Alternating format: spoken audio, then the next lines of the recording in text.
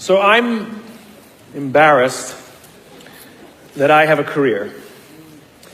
I talk about things like trust and cooperation, and there should be no demand for my work.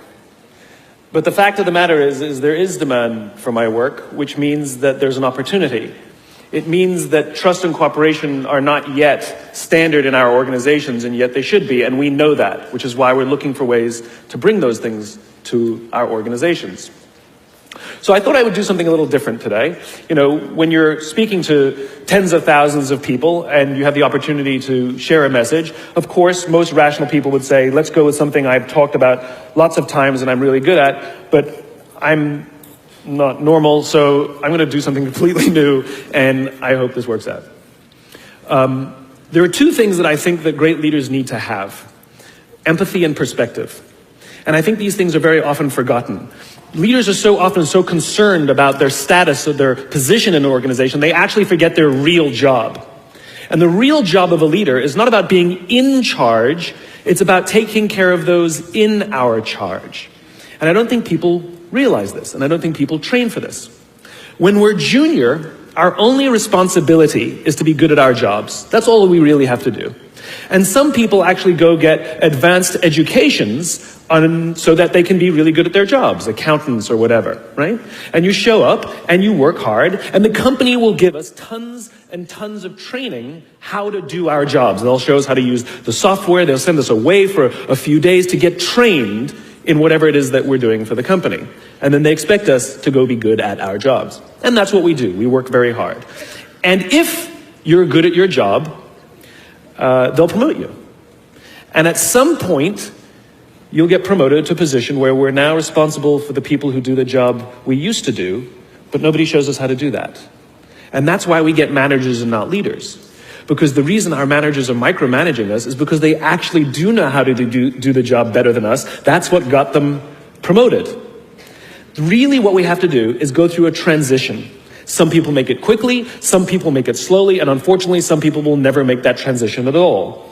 Which is we have to go through this transition of being responsible for the job and then turning into somebody who's now responsible for the people who are responsible for the job.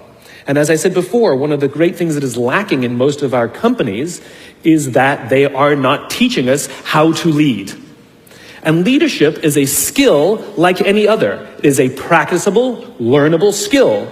And it is something that you work on. It's like a muscle. If you practice it all the days, you will get good at it and you will become a strong leader. If you stop practicing, you will become a weak leader. Like parenting, everyone has the capacity to be a parent. Doesn't mean everybody wants to be a parent, and doesn't mean everybody should be a parent. Leadership is the same. We all have the capacity to be a leader. Doesn't mean everybody should be a leader, and it doesn't mean everybody wants to be a leader. And the reason is because it comes at great personal sacrifice. Remember, you're not in charge, you're responsible for those in your charge. That means things like when everything goes right, you have to give away all the credit. And when everything goes wrong, you have to take all the responsibility. That sucks, right? It's things like staying late to show somebody what to do. It's things like when something does actually break, when something goes wrong, instead of yelling and screaming and taking over, you say, try again. When the overwhelming pressures are not on them, the overwhelming pressures are on us. At the end of the day, great leaders are not responsible for the job. They're responsible for the people who are responsible for the job. They're not even responsible for the results. I love talking to CEOs and say, what's your priority? And they put their hands on their hips all proudly and say, my priority is my customer. I'm like, really? You haven't talked to a customer in 15 years. There's no CEO on the planet responsible for the customer. They're just not. They're responsible for the people who are responsible for the people who are responsible for the customer. I'll tell you a true story. A few months ago, I stayed at the Four Seasons in Las Vegas. It is a wonderful hotel.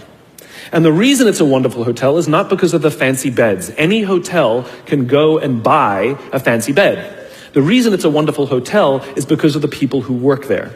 If you walk past somebody at the Four Seasons and they say hello to you, you get the feeling that they actually wanted to say hello to you. It's not that somebody told them that you have to say hello to all the customers, say hello to all the guests, right? You actually feel that they care. Now, in their lobby, they have a coffee stand. And one afternoon, I went to buy a cup of coffee, and there was a barista by the name of Noah who was serving me. Noah was fantastic. He was friendly and fun, and he was engaging with me, and I had so much fun buying a cup of coffee, I actually think I gave 100% tip, right? He was wonderful. So as is my nature, I asked Noah, do you like your job? And without skipping a beat, Noah says, I love my job. And so I followed up. I said, what is it that the Four Seasons is doing that would make you say to me, I love my job? And without skipping a beat, Noah said, throughout the day, managers will walk past me and ask me how I'm doing, if there's anything that I need to do my job better. He said, not just my manager, any manager. And then he said something magical. He says, I also work at Caesar's Palace. And at Caesar's Palace, the managers are trying to make sure we're doing everything right. They catch us when we do things wrong. He says, when I go to work there, I like to keep my head under the radar and just get through the day so I can get my paycheck. He says, here at the Four Seasons, I feel I can be myself. Same person, entirely different experience from the customer who will engage with Noah. So we in leadership are always criticizing the people. We're always saying, we've got to get the right people on the bus. I've got to fill my team. I've got to get the right people. But the reality is, it's not the people. It's the leadership. If we create the right environment, we will get people like Noah at the Four Seasons. If we create the wrong environment, we will get people like Noah at Caesar's Palace. It's not the people. And yet we're so quick to hire and fire. You can't hire and fire your children. If your kids are struggling, we don't say, you got to see at school, you're up for adoption. So why is it that when somebody has performance problems at work, why is it that our instinct is to say, you're out? We do not practice empathy. What does empathy look like? Here's the lack of empathy. This is normal in our business world. You walk into someone's office, someone walks into our office and says, your numbers have been down for the third quarter in a row. You have to pick up your numbers, otherwise I can't guarantee what the future will look like. How inspired do you think that person is to come to work the next day? Here's what empathy looks like. You walk into someone's office, someone walks into your office and says, your numbers are down for the third quarter in a row. Are you okay? I'm worried about you. What's going on? We all have performance issues. Maybe someone's kid is sick. Maybe they're having problems in their marriage. Maybe one of their parents is dying. We don't know what's going on in their lives. And of course it will affect performance at work. Empathy is being concerned about the human being, not just their output. We have, for some reason, our work world has changed over the past 20 and 30 years. We are suffering the side effects of business theories left over from the 80s and 90s. And they are bad for people, and they are bad for business. Let me give you an example. The concept of shareholder supremacy was a theory proposed in the late 1970s. It was popularized in the 80s and 90s. It is now standard form today. You talk to any public company and you ask them their priority and they say maximize shareholder value. Really? That's like a coach prioritizing the needs of the fans over the needs of the players. How are you going to build a winning team with that model? But that's normal today. We don't even perceive it as broken or damaged or wrong or outdated. Remember, the 80s and 90s were boom years with relative peace and a kinder, gentler Cold War. Nobody was practicing hiding under their desks in school anymore. We are no longer in those times. These are no longer boom years. These are no longer peaceful times, and those models cannot work today. Here's another one. Mass layoffs. Using someone's livelihood to balance the books, right? It's so normal in America today that we don't even understand how broken and how damaging it is, not only to human beings, but to business. You know, companies talk about how they want to build trust and cooperation and they announce a round of layoffs. Do you know the quickest way to destroy trust and destroy cooperation in a business, literally in one day? Lay people off. And everyone gets scared. Right? Can you imagine sending someone home to say, honey, I can no longer provide for our family because the company missed its arbitrary projections this year? And forget about the people who lost their job. Think about the people who kept their jobs. Because every single decision a company makes is a piece of communication. And the company has just communicated to everybody else, this is not a meritocracy. We don't care how hard you work or how long you've worked here. If we miss our numbers and you happen to fall on the wrong side of the spreadsheet, I'm sorry, we cannot guarantee employment. In other words, we come to work every day afraid. And we're asking our youngest generation to work in environments where how would any of us ever stand up and admit, I made a mistake? We're constantly being told, you have to be vulnerable. Leaders are vulnerable. What does that even mean? It doesn't mean you walk around crying, I'm vulnerable, right? No, what vulnerability means is you create an environment in which someone feels safe enough to raise their hand and said, I don't know what I'm doing. You've given me a job and I haven't been trained to do it. I need help. I made a mistake. I screwed something up. I'm scared. I'm worried. All of these things no one would ever admit inside a company because it puts a target on your head in case there's another round. And so we keep it to ourselves. And how can a company ever do well if nobody's ever willing to admit they made a mistake, that's scared, or they don't know what they're doing? And so we've literally created cultures in which every single day everybody comes to work and lies, hides, and fakes. And we're asking our youngest generation to work and succeed and find themselves and build their confidence and overcome their addiction to technology and build strong relationships at work. We're asking them to do this, and these are the environments we've created. We keep saying to them, you're the future leaders. We're the leaders now. We're in control. What are we doing? This is what empathy means. It means if there's an entire generation struggling, maybe it's not them. It's like, you know, the only thing that the common factor in all my failed relationships? Me. Same thing. Oh, we just can't get the right performance out of our people. Maybe it's you. Right? It's not a generation. It's not them. They're not difficult or hard to understand. They're human beings like the rest of us, trying to find their way, trying to work in a place where they feel that someone cares about them as a human being. By the way, that's what we all want. In other words, it's not even generational. It's all of us. This is the practice of empathy.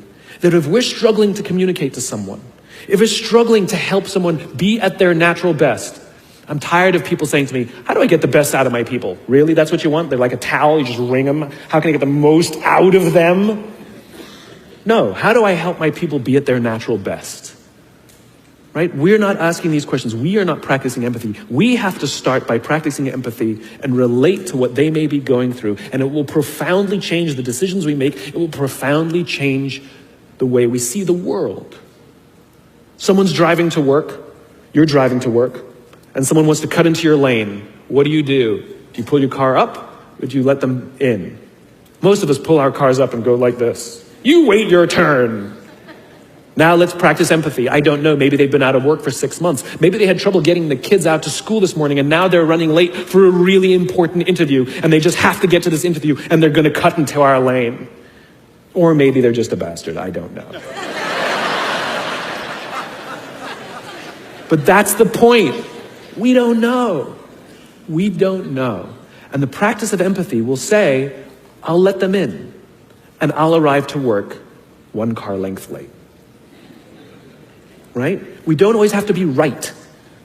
We don't always have to be in charge. We don't always have to be the one who succeeds. It's not about winning or losing. And that's where I go to the second point. After empathy comes perspective, where it's not about winning or losing. In game theory, there are 2 kinds of games. There are finite games and there are infinite games.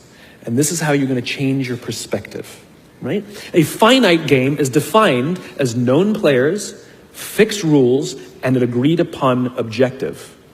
Baseball, for example. We know the rules, we all agree to the rules, and whoever has more runs at the end of 9 innings is the winner, and the game is over. No one ever says, we can just play 2 more innings, I know we can come back. Doesn't work that way. The game is over, right? That's a finite game. Then you have an infinite game.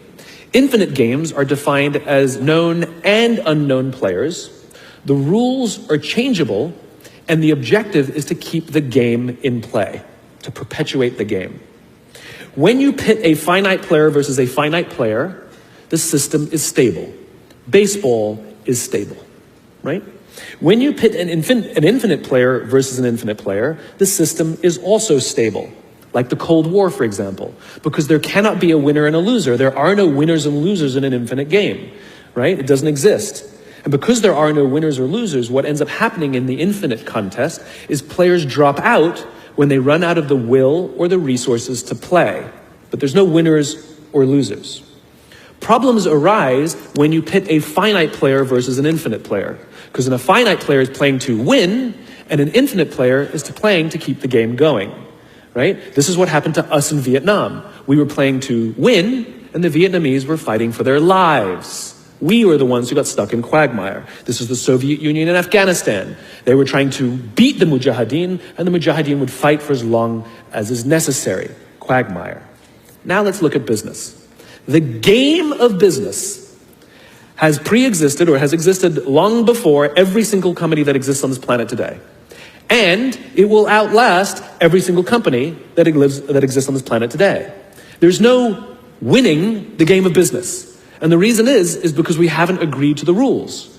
I get such a kick out of this. You realize how many companies actually don't know the game they're in, right? Listen to the language that the companies use. We're trying to beat our competition. We're trying to be number one. Did you know that we were ranked number one? Look at the listing. Based on what criteria? Revenues, profits, market share, square footage, number of employees? Based on what time frame? A quarter, a year, 5 years, 10 years, 20 years, 50 years, 100 years? I haven't agreed to those standards. How can you declare yourself the winner? How can you declare yourself number one when no one else in the game has agreed to the rules? It's arbitrary. There is no winning because there's no end. In other words, companies are playing finite games. Listen to their language. They're trying to beat their competition. What does that even mean? It's the leaders in the companies that understand the game that they're in and organize their resources and their decision-making around the infinite contest that outlast and frustrate their competition. All the companies that we refer to as the exceptions, Southwest Airlines, Apple Computers, Harley-Davidson, they're the exception. No, they're playing the infinite contest. They frustrate their competition, is what happens. That's what happens, because they're not playing to win. Jim Senegal, the founder of Costco, which is the only real company that gives Walmart a run for its money, he says public companies are looking to succeed for the quarter. He says, we're looking for the next 50 years. You can hear him. He's playing the infinite contest. I spoke at a leadership summit for Microsoft. I also spoke at a leadership summit for Apple.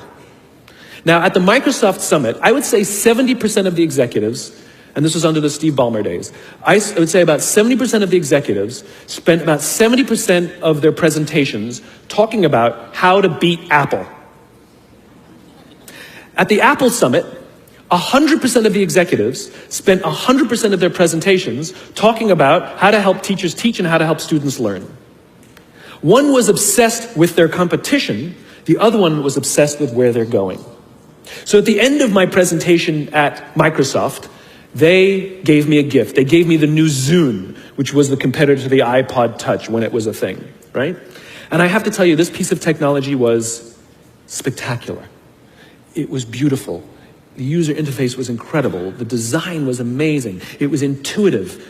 It was one of the most beautiful, elegant pieces of technology I'd ever seen, right? Now, it didn't work with iTunes, which is an entirely different problem. I couldn't use it. But that's something else. I'm sitting in the back of a taxi with a senior Apple executive, sort of employee number 12 kind of guy, and I decide to stir the pot. And I turn to him and I say, you know, I spoke at a Microsoft summit, and they gave me their new Zune, and I have to tell you, it is so much better than your iPod Touch. And he turned to me and said, I have no doubt. Conversation over.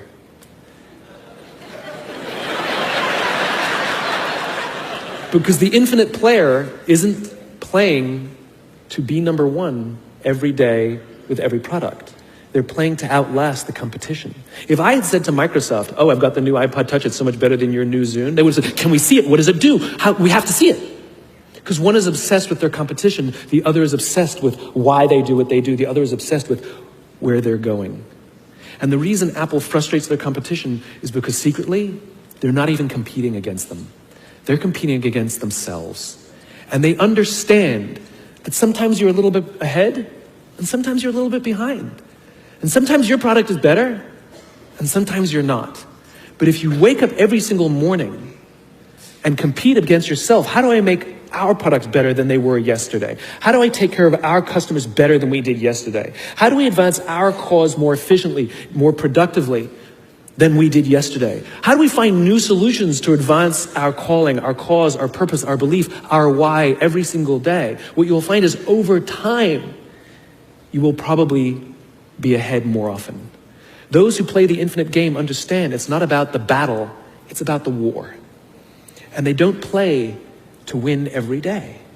And they frustrate their competition until their competition drops out of the game. Every single bankruptcy, almost every merger and acquisition is basically a company saying we no longer have the will or the resources to continue to play, and we have no choice to either drop out of the game or merge our resources with another player so that we can stay in the game. That's what that is. And if you think about the number of bankruptcies and mergers and acquisitions, it's kind of proof that most companies don't even know the game they're in.